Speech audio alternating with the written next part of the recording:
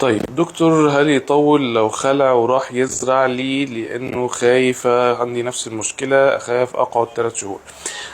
طيب، رقم واحد ألف سلامة على حضرتك. رقم اتنين، الخلع وبعد كده الزراعة. الطبيعي ان احنا بنخلع، تمام، وبنسيب العظم يلم حوالي 3 4 شهور، وبعد كده بنحط الزرعة ونسيب العظم يمسك فيها حوالي برضو 3 4 شهور، وبعد كده نبدأ نركب عليها.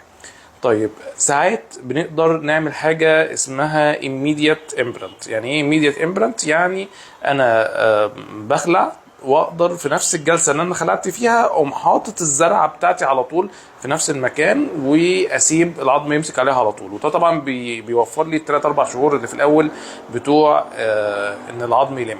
بس دي ليها شروط معينه وليها يعني حاجات معينه لازم تبقى متوفره، وده بنعرفها من الاشعه المقطعيه اللي بنعملها قبل ما نخلع او نحط الزراعه.